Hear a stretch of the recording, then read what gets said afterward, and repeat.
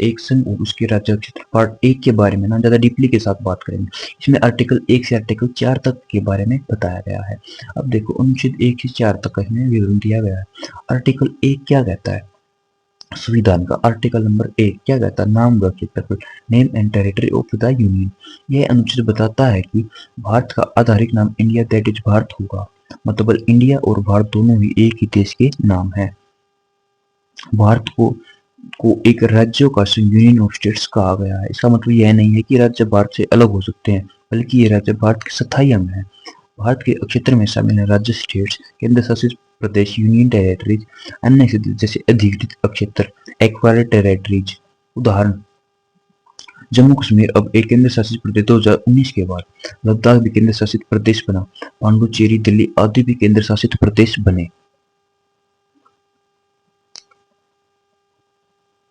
देखो अब ना यहाँ पे कुछ रोचक तथ्य हैं।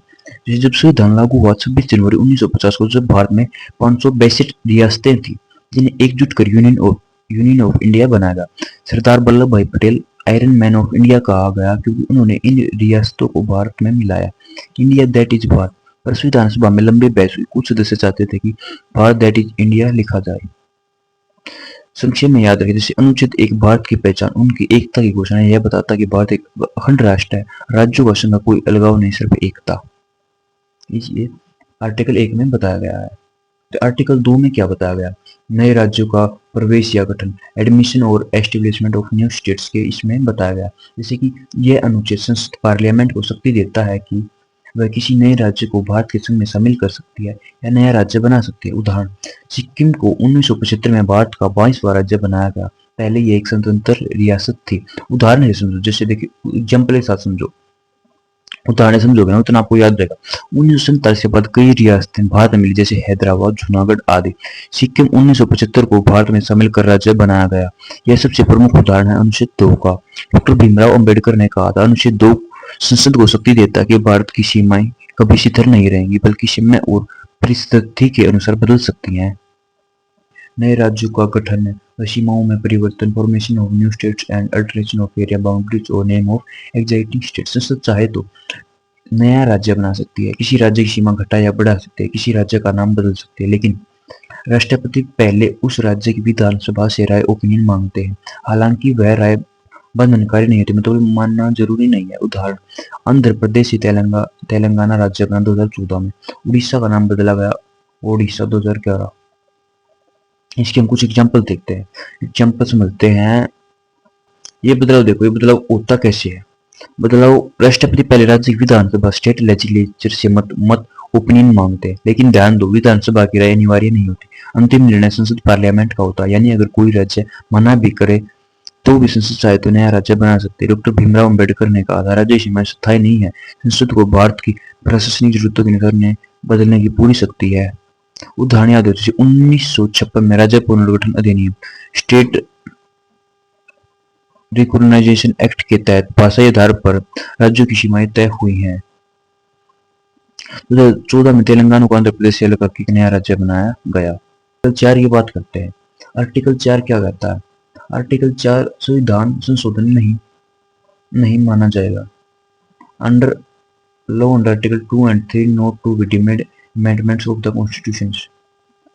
इसको समझे थोड़ा डीपली के साथ समझे। जब संसद आर्टिकल 2 या 3 के तहत कोई नया राज्य बनाती है या सीमाएं बदलती है तो संविधान संशोधन कॉन्स्टिट्यूशन अमेंडमेंट नहीं माना जाए। मतलब ऐसा करने के लिए धारा 366 की प्रक्रिया नहीं चाहिए। इसमें देखो अनुच्छेद 4 बताता है कि जो संसद अनुच्छेद 2 या 3 के तहत कोई नया राज्य बनाती है, सीमाएं बदलती है या नया क्षेत्र जोड़ती है तो उसके लिए जो कानून बनाए जाते हैं वे संविधान संशोधन कॉन्स्टिट्यूशन अमेंडमेंट नहीं माने जाते। क्लियर है ना बात? इसमें कोई वो नहीं।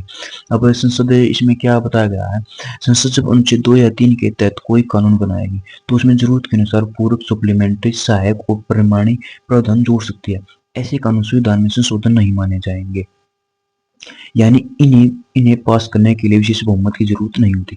आसान वाक्य एग्जाम्पलेशन, पूरक, सहायक और परिमाणी प्रावधान क्या होते हैं? मान लो नया राज्य बनाना है तो संसद को तय करना होगा वहां की विधानसभा कितनी होगी, राज्यपाल कौन होगा, उच्च न्यायालय कहाँ होगा, संपत्ति और कर्मचारी कैसे मिलेंगे आदि। ये सारी बातें पूरक और मानी कहलाते हैं। संविधान संशोधन नहीं माना जाएगा। इसका मतलब क्या है? इसका संविधान संशोधन नहीं माना जाएगा। इसका मतलब क्या? इसका मतलब संसद को नए राज्य बनाने या सीमाएं बदलने के लिए आर्टिकल 368 जो संविधान की प्रक्रिया बदलता का पालन नहीं करना पड़ेगा। साधारण कानून से ये सब कर सकते हैं। जो उदाहरण से समझो, एग्जाम्पल देता हूँ इसको, आपको फिर क्लियर हो जाएगा। 1956 का स्टेट रिकॉग्नाइजेशन एक्ट राज्य को भाषाई आधार पर पुनर्गठित किया गया। 2000 का बिहार रिकॉग्नाइजेशन एक्ट झारखंड राज्य बना। 2014 का आंध्र प्रदेश रिकॉग्नाइजेशन एक्ट तेलंगाना राज्य बना। इन सभी को पास करने के लिए संविधान संशोधन नहीं हुआ, बल्कि आर्टिकल 3 और 4 शक्तियों से यह संभव हुआ है। डॉक्टर भीमराव अम्बेडकर ने कहा था, आर्टिकल 4 यह सुनिश्चित करता है कि भारत को एक जीवित संविधान वाला देश है। यहाँ सीमाएं और राज्य समय के साथ बदल सकते हैं बिना संविधान को तोड़े। अब देखो, अब यहाँ पे ना हम थोड़े एक बार 4 आर्टिकल थोड़ी थोड़ी एक एडिंग में समझते हैं ना, तो क्या जाता है? आर्टिकल 1 भारत का नाम वाला क्षेत्र, इसकी India that is was union of states.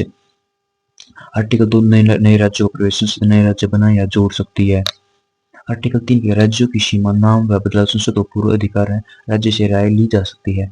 Article 4 संशोधन नहीं माना जाएगा, राज्य से जुड़े बदलाव संविधान संशोधन नहीं माने जाएंगे। अब देखो, जैसे अनुच्छेद 2, अनुच्छेद 3, अनुच्छेद 4, बाहर से अनुच्छेद 2 के बाहर से नया क्षेत्र या देश भारत में शामिल करना। अनुच्छेद 2 कहता है, अनुच्छेद 3 का भारत के अंदर नया राज्य बनाना या सीमाएं बदलना। अगर आपको कंफ्यूजन है ना आर्टिकल अनुच्छेद 2 या 3 या 4 में, देखो अनुच्छेद 2 क्लियर करता हूँ आपको। अनुच्छेद 2 के भारत से नया क्षेत्र या देश भारत में शामिल करना, ठीक है ना। अनुच्छेद 3 ये भारत के अंदर नया राज्य बनाना या सीमाएं बदलना। अनुच्छेद 4, अनुच्छेद 2 से 3 के तहत बने कानून संविधान संशोधन नहीं माने जाएंगे। 2 से 3, देख 2 से लाया, 3 से बनाए, 4 से कानून बनाए, फिर संविधान ना गिनाए। मेमोरी या ट्रिक याद करने की।